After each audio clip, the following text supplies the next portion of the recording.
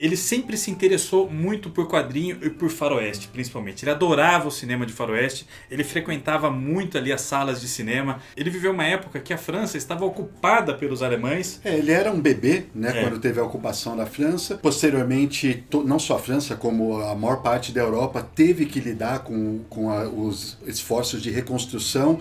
A infância dele, assim como todo mundo nasceu naquela época, foi uma infância muito complicada, muito difícil, repleta de privações. E como a maior parte da geração dele buscava refúgio e escapismo nas artes. E as artes, uma das que eram mais prementes na época, era justamente o western, importado dos Estados Unidos. Exatamente. E ele, entrando na pré-adolescência e na adolescência, ele amava o western. E ele sempre teve na cabeça que ele queria ser artista. Ele via aquilo, ele adorava faroeste, ele adorava quadrinhos, principalmente Hal Foster. E ele queria fazer isso. Hal Foster. Amava completamente.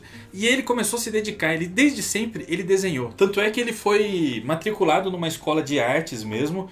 Se decepcionou um pouco ali com o ensino, porque era umas coisas muito de publicidade, muito, sei lá, ficar desenhando móveis, ficar desenhando técnico, assim. Uma coisa extremamente acadêmica que se distanciava ele um pouquinho do que ele mais amava, que era quadrinhos mesmo. E ele queria mesmo fazer isso, né? Viver dessa arte aí e não fazer umas coisas tão burocráticas. A escola é importante porque mostra ali possibilidades para ele. Ensina técnica, e ele conhece ali na escola o Jean-Claude Mézières, que é um dos criadores de Valerian, que depois vai ajudar o Moebius a entrar nesse mercado, né? Ajudar o Jean Giraud, vamos falar Jean Giraud, exatamente. Vai ser a porta de entrada dele, cara. Aí ele fica nessa, estudando, tentando se desenvolver como artista. Se eu não me engano, ele não conclui o curso. Não conclui, né? abandona. Sai, abandona. No meio do caminho ele falou, olha, foi bom, obrigado, mas isso aqui não é pra mim, eu vou trilhar o meu próprio caminho, a minha própria jornada. A vida dele dá uma virada em 1955, quando ele vai pro México. Ele muda pro México com a mãe dele, vive lá 8 meses...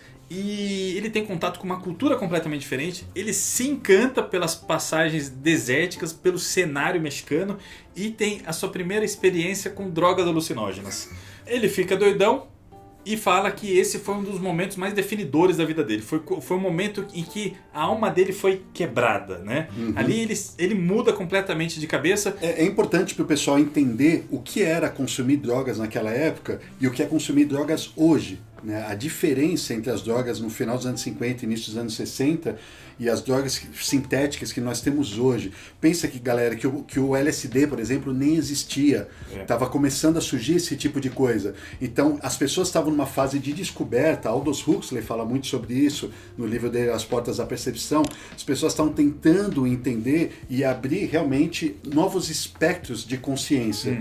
E por meio das drogas, aquela geração acreditava que isso era possível. Portanto, não vamos estereotipar o Moebius pelo consumo de drogas nele naquela época. Não, de jeito nenhum. Aí ele volta pra França e em 1956 ele consegue vender a sua primeira história em quadrinho. Dá esse primeiro passo importante para se tornar um profissional, que é um faroeste para a revista Far West. Ele tinha então 18 anos e logo na sequência ele começou a colaborar com outras revistas, principalmente de caráter educacional, assim, às vezes até revistas religiosas, mas trabalhando mesmo, né? Em 1959 tem outro ponto de virada na carreira dele, que ele é convocado para o serviço militar e vai para Argélia. Sim, ele fica um tempo lá, ele não chega aí pro front porque o pessoal descobre o talento de desenhista dele, aí ele começa a trabalhar mais na parte do jornal, nessa parte editorial do exército. Mas né? mesmo assim ele descreve como sendo um período massacrante na vida dele. Foi. Ele viu muita coisa ali e realmente muda de novo a cabeça dele. A viagem pro México e a viagem pra Argélia são dois momentos bem definidores. Inclusive definidores na questão de como ele vai retratar e como ele vai desenhar depois os espaços, os cenários que ele cria. Tudo isso é muito motivado por conta dessas duas viagens que ele faz, né? Depois disso ele volta para França,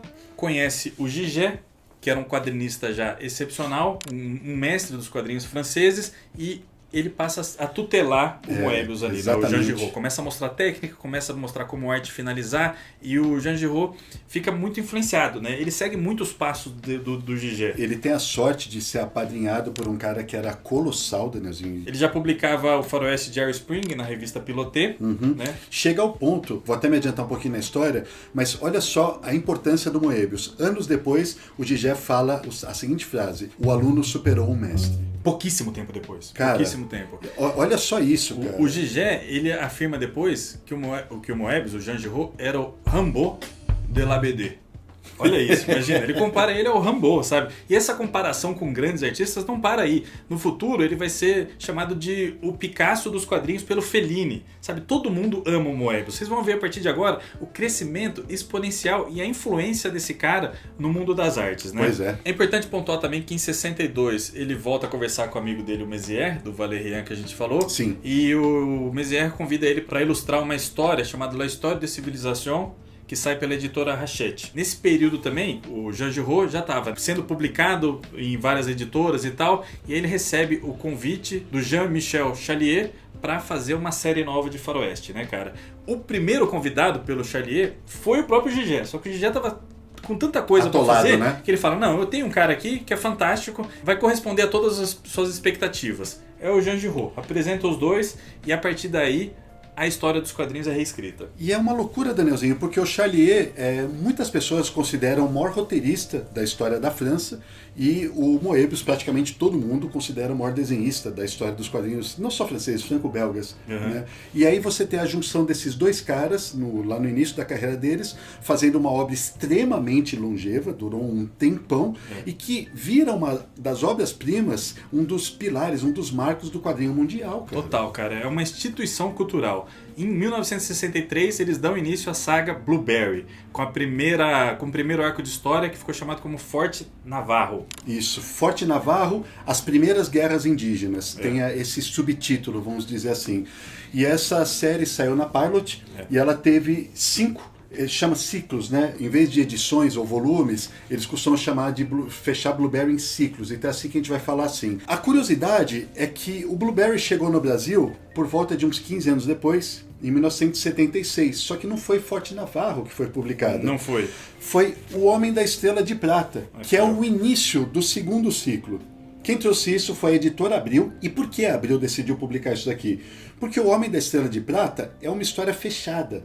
Embora seja no meio do ciclo, é uma história fechada que você não precisa de um conhecimento prévio para estar compreendendo. Primeira curiosidade, essa capa ela é baseada no pôster do filme de 1966, $2,000 for Coyote, $2.000 para Coyote. Só que a Abril fez essas intromissões na arte, colocando esses quadrinhos, só anos depois que vai sair a arte completa.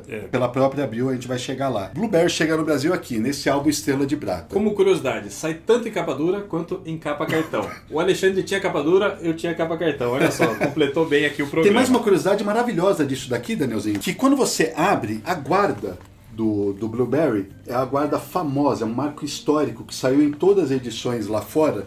Isso daqui saiu no Brasil só aqui. Foi a única vez que vimos a guarda histórica do Blueberry sendo publicada. E essa imagem aqui é de um cowboy no Arizona, que não é ninguém menos que o amigo dele, escritor do Valérian, o Mézières. É ele mesmo aqui, de É cavalo. ele mesmo, porque o Mézières passou um período no Arizona e ele foi um cowboy e ele tirou essa foto maravilhosa. Olha então só. o Moebius já usa o amigo dele para criar uma das imagens mais emblemáticas da carreira dele. Puta, que legal, cara. E essa coisa do cinema já tava na gênese mesmo do Blueberry. Além da influência clara dos faroeste. Essa história, Estrela de Prata, ela é escrita e escarrada Rio Bravo, do John Wayne, que é um baita de um western sensacional, se eu não me engano, de 1959. Sensacional. O próprio visual do Tenente Blueberry é baseado no Jean-Paul Belmondo, um grande artista francês. Depois ele se arrepende um pouco de deixar ele tão parecido e começa a mudar um pouco a cara dele. Pois é, né, eu cara? até separei uma frase aqui, Danielzinho, em que ele fala sobre essa questão do ator. Na estreia com Chalier, nós quisemos tomar Belmondo como modelo. À época, ele era uma espécie de símbolo para os rapazes da minha geração, mas eu fiz mal em manter essa semelhança.